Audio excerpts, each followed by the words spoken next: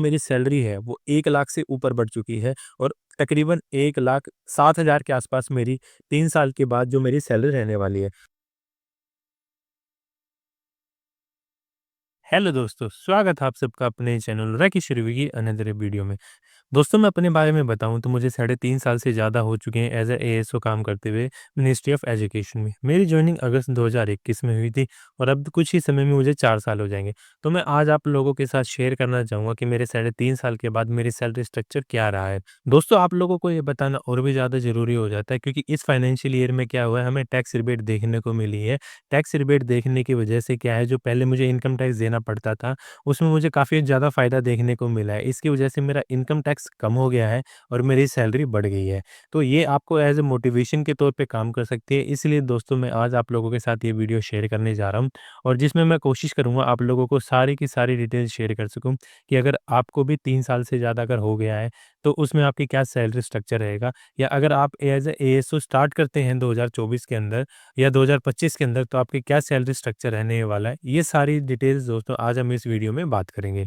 दोस्तों, अगर मैं अपने सैलरी स्ट्रक्चर के बारे में बताऊँ तो जो एएसओ इन सीएसएस है वो लेवल 7 में आती है और जो लेवल 7 में आने की वजह से इसमें क्या रहता है दोस्तों, आपकी जो जो स्टार्टिंग में बेसिक सैलरी आपको देखने को मिलती है वो आपको देखने को मिलती है 44,900। और हर साल दोस्तों आप क्या क्या होता है, 3% आपको इंक्रीमेंट देखने को मिलता है। मुझे 3 साल से ज़्यादा हो गए हैं काम करते हुए, तो मेरे को 3 इंक्रीमेंट मिल चुकी हैं और जो मेरी करंट बेसिक पे है वो मेरी दोस्तों 49,000 है, जो कि मेरी बेसिक पे रहने वाली है। और ये आप देखिए, मेरी जो सैलरी है वो 1/4/2025 से 30/4/2025 यानी कि इसी करंट मंथ की है, जो कि मुझे 30 अप्रैल को मिलने वाली है। अगर हम इसके अंदर बात करें आपको, तो अभी जो नया फाइनेंशियल ईयर स्टार्ट हो गया और जैसे कि आप सबको पता है कि ऑनरेबल फाइनेंस मिनिस्टर ने हमें बताया था कि जो ये वाला फाइनेंशियल ईयर हमारा रहने वाला है, इसके अंदर हमें 12 लाख तक टैक्स में रिबेट मिलेगी, या जो एक तरीके से कहें, अगर हमारी सैलरी 12 लाख तक रहती है तो हमें छूट देखने को मिलने वाली है। अगर उसी के उसमें बताऊँ दोस्तों, जो मेरे इस मंथ की अगर मैं मेरी सैलरी का स्ट्रक्चर बताता हूँ, तो मेरा जो बेसिक पे है वो 49,000 हो गया दोस्तों। डीए की बात करें, डीए आपको पता है कि 55% हो गया है डीए। 55% डीए होने की वजह से जो मेरा इस मंथ में मुझे डीए मिलने वाला है, वो 26,950 रहेगा। वहीं अगर हम एचआरए की बात करें दोस्तों, एचआरए अगर हम जो एक्स सिटी की बात करें, जो कि दिल्ली है, यहाँ पर अभी 30% एचआरए चल रहा है। 30% एचआरए चलने की वजह से दोस्तों, जो हमारा एचआरए रहने वाला है वो रह रहा है 14,700 रुपए। और वहीं जो टीपीटी अलाउंस क्या होता है दोस्तों, जब आप ट्रैवल करते हैं, तो गवर्नमेंट उसके लिए आपको क्या कहते हैं, पैसे देती है। जो हमारा 4600 पे ग्रेड पे रहता है, वो हमारा बेसिक का जो टीपीटी रहता है, वो हमें स्टार्टिंग में मिलता है हमें 3600 रुपए, और 3600 रुपए में दोस्तों अभी हमें प्लस में डीए भी मिलता है। डीए जो 3600 रुपए पे मिलेगा। तो अभी आप देखेंगे कि ये मेरा टीपीटी अलाउंस जो हो गया है वो 5580 हो गया है। ये 5580 कैसे हुआ है? जैसे स्टार्टिंग में मुझे 3600 रुपए टीपीटी अलाउंस मिल रहा था और उसमें 55% अगर मैं डीए को ऐड कर दूँगा, तो मेरा दोस्तों टोटल 5580 रुपए मेरा क्या हो गया, टीपीटी अलाउंस हो गया। और अगर मैं टोटल सैलरी की बात करूँ, तो टोटल मेरी हो गई है 96,230 रुपए। इस चीज़ में दोस्तों मैं आप लोगों के साथ एक चीज़ और आपको बताना चाहूँगा कि ये जो 96,230 है, इसके अंदर आपका क्या रहेगा, कुछ गवर्नमेंट का कंट्रीब्यूशन भी रहने वाला है। अगर मैं गवर्नमेंट के कंट्रीब्यूशन की बात करूँ, तो वो कितना रहता है, वो रहने वाला है दोस्तों आपका 10,000 रुपए, 10,633 रुपए। ये वो गवर्नमेंट कंट्रीब्यूशन है दोस्तों, जो मुझे इसके साथ और मिलेगा। अगर मैं 10,630 इसके अंदर और ऐड कर देता हूँ, तो जो मेरी टोटल सैलरी रहने वाली है, वो रहेगी 96,230 रुपए, और ये दोस्तों गवर्नमेंट का कंट्रीब्यूशन। तो 3, 6, 8, 6, 10। यहाँ आप देख सकते हैं दोस्तों, जो मेरी सैलरी है वो 1 लाख से ऊपर बढ़ चुकी है और तकरीबन 1,07,000 के आसपास मेरी 3 साल के बाद जो मेरी सैलरी रहने वाली है।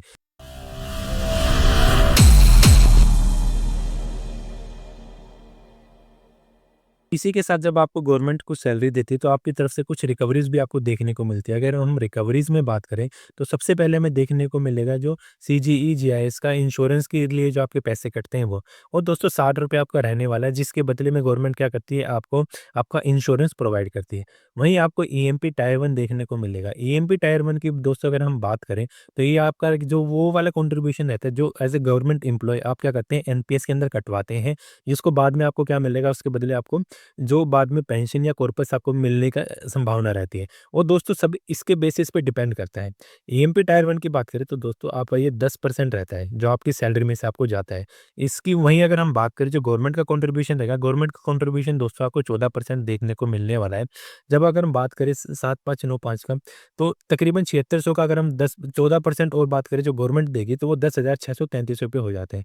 इसके साथ अगर आपकी टोटल बात करें, जो कि आपको देखने को मिलेगा कि कितनी आपकी गवर्नमेंट जो एनपीएस कंट्रीब्यूशन के अंदर जा रहा है, तो आपका रहेगा दोस्तों 8 9 3 12 6 5 11 12 बस 7 तकरीबन 18,228 रुपये दोस्तों, ये मेरा इस मंथ के अंदर मेरा एनपीएस के अंदर कंट्रीब्यूशन जाएगा।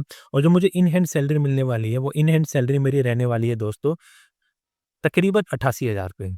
वहीं अगर मैं बात करूँ यही जो अभी पिछला फाइनेंशियल ईयर था, जिसके अंदर हमें गवर्नमेंट की तरफ से हमें वो 12 लाख तक आपको वो सैलरी के अंदर टैक्स रिबेट नहीं मिली थी। उसके अंदर अगर हम बात करें तो वो आपको मैं सैलरी स्लिप अभी दिखाता हूँ दोस्तों। उसके अंदर और इसके अंदर जब हम कंपैरिज़न करेंगे, तो आप उन लोगों को ये समझ में आएगा कि ये वाला जो हमारा फाइनेंशियल ईयर है, जिसके अंदर हमें 12 लाख तक टैक्स के अंदर छूट मिली, और वहीं 70-75 हज़ार रुपए दोस्तों आपकी स्टैंडर्ड डिडक्शन के अंदर भी आपको छूट मिलती है।